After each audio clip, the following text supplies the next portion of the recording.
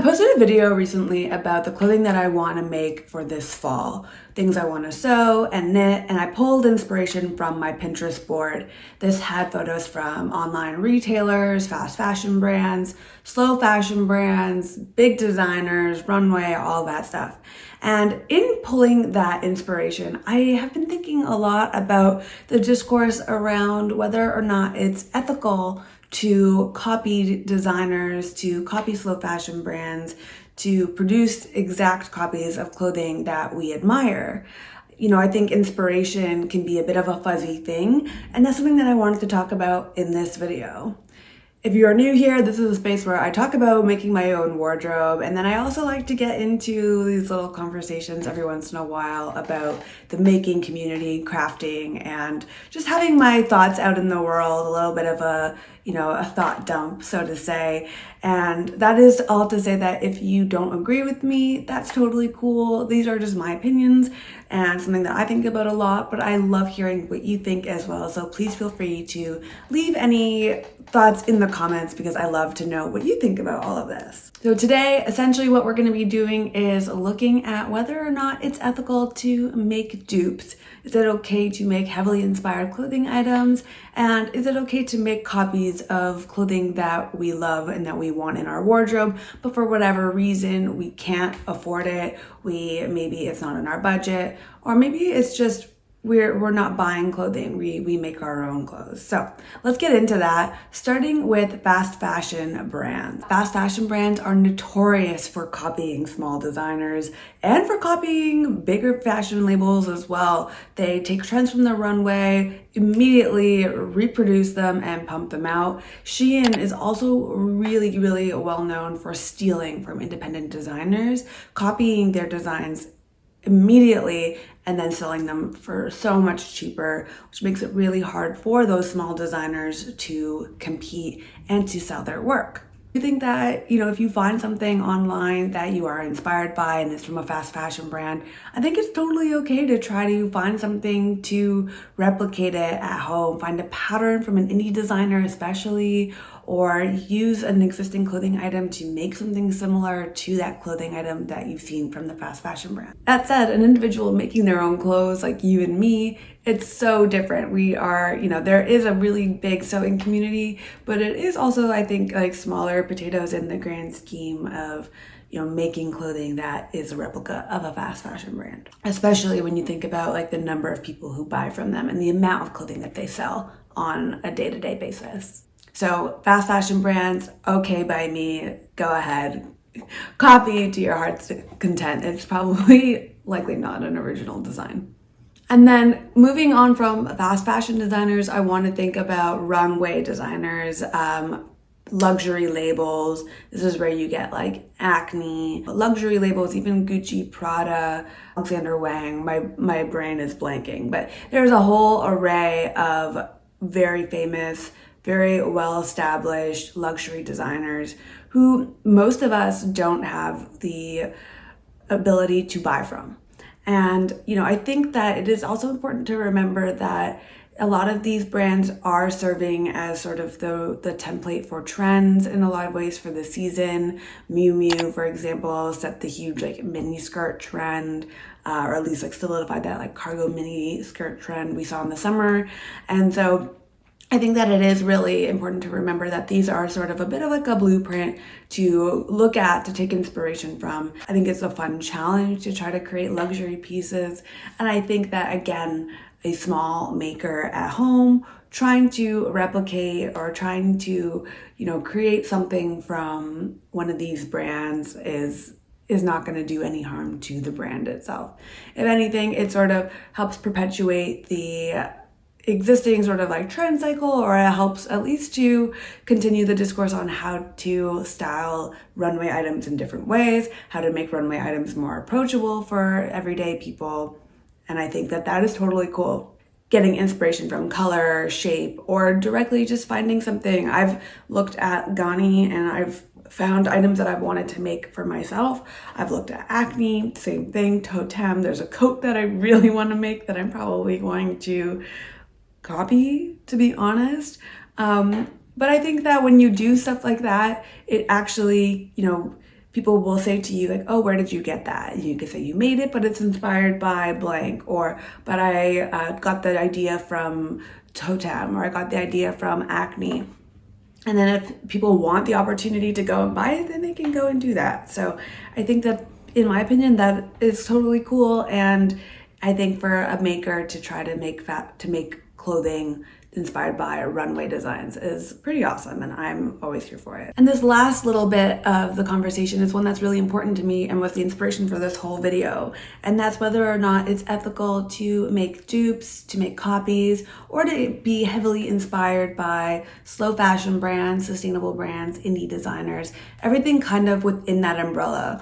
So these are, clothing labels and designers where they are at a high price point, but that's also because they are using ethical practices, they are sourcing their materials properly and ethically, and they also are paying their workers. So the price point is a lot higher. But when you think about these designers, what is really interesting to me is that they do have such a small margin of clothing that they are producing that they can be heavily impacted by a community of people who are making copies. So I'm going to give you an example.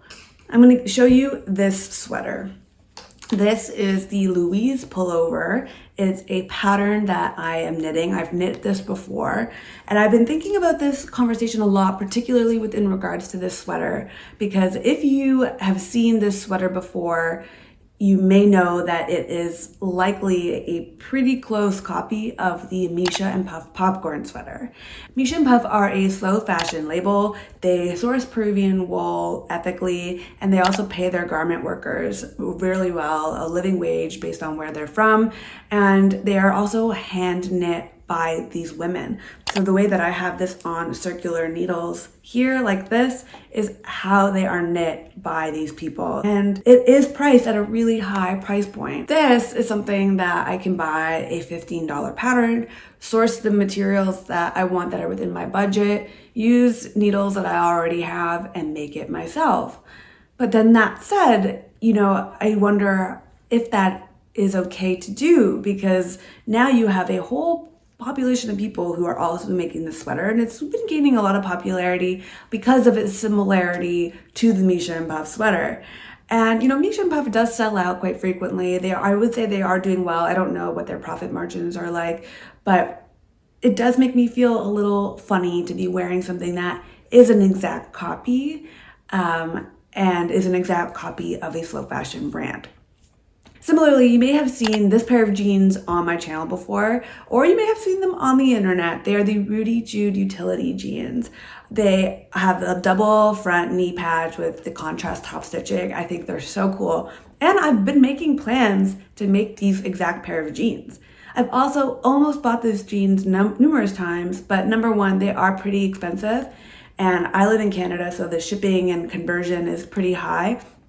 And then on top of it, they are often sold out. So it can be actually really challenging to get a pair of these jeans right from them. And then it's also really challenging to find them secondhand too. So these are all things that I think about. And so I've been wanting to make these jeans, but you'll also see these jeans a lot on the internet if you are within the slow fashion sustainable community on Instagram, Pinterest, and stuff like that.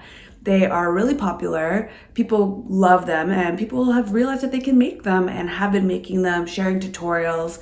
There's no pattern like this, for example, like the popcorn sweater, but there are a lot of people who are sharing tutorials and sharing ways to make them, which makes me wonder again, is it ethical to do that? Because there is a limited production run. So that means, for one, they are limited quantity and they do often sell out. So is a maker making these jeans actually impacting them?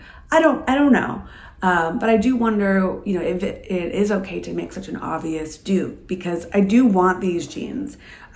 Now that I know that I can make them, I don't know that I necessarily want to pay for them. And that's kind of where the issue comes in. And the last example that I wanted to bring up was around Arc underwear. So Arc is another slow fashion brand. They are female founded, and honestly, I've just been obsessed with everything that they make for ages now. They are pretty iconic. They've got a really signature style with the, thick strap bra top, high-waisted undies, and that thick, yummy looking cotton that is just so good. They have different colors. They are naturally dyed, I believe, and they've got many prints and little limited runs and stuff like that come through. Again, they do sell out of their sizes, and then they do also, I would say, like, they have a pretty solid fan base. But people have also in the making community been directly copying ARC underwear and making their own. And so I wonder, again, if that's ethical to do, because this is a small business or a smaller business with, again, limited production runs, but they are at a higher price point for underwear or for loungewear. That you can buy them separately or individually, you can mix and match, whatever, but it is expensive, and it's definitely not a need to have item, it's a want to have item, but you can make them for significantly cheaper than what you can buy them. But then when you are buying them, you are directly supporting a small business. And so you can kind of see where my brain is going here, where I wonder, about practices like making things that are copies of small designers and how okay it is to do that. And to be honest, I don't have the answer. I think for me, it really comes down to what you personally feel comfortable with, what is within your your sort of like best practices, what are your values. And I've kind of come up with a bit of a blueprint for myself. I'm gonna keep knitting this because I already own the pattern and I've already clearly gotten pretty far along with it, but I likely will not make this sweater again. And I likely will not buy a pattern that is such a replica of a small business or of a small fashion house. For the Rudy Jude jeans, I think I'm gonna make them because they're hard to get a hold of. And if anyone asks me where I got my jeans, I can tell them that I made them, but they're inspired by the Rudy Jude jeans, and that if people wanna go buy them, this is where they can buy them. And then lastly, for the ARC underwear set, I think that this is somewhere where I'm gonna draw the line, and I'm not going to make something that is a replica. I might make something that is inspired by, but not a direct copy. And I will likely, put some money away in the future to try them out, to buy them and support the brand, because I've been an admirer for so long. I think it would be really nice to support them. So that's kind of everything for this video. I would really love to know what you think. This is, again, a topic that is pretty important to me, one that I think about a lot. And I think, I will say that the individuals in the making community are not necessarily a part of the bigger issue when it comes to copying designers or sustainability and all of that stuff. But I think as individuals, it is important, especially if we're sharing things on the internet, to consider our impact, whether that's big or small. And we have seen a huge growth in the making community, and especially within the slow fashion community. You've been seeing a lot of people making these sort of dupes and copies, and so it's something that I wanted to talk about. Again, thank you so much for being here. I really appreciate it. If you like this video, I would really appreciate a thumbs up. I want to hear what you think about this conversation in the comments, and I will see you next time. Bye.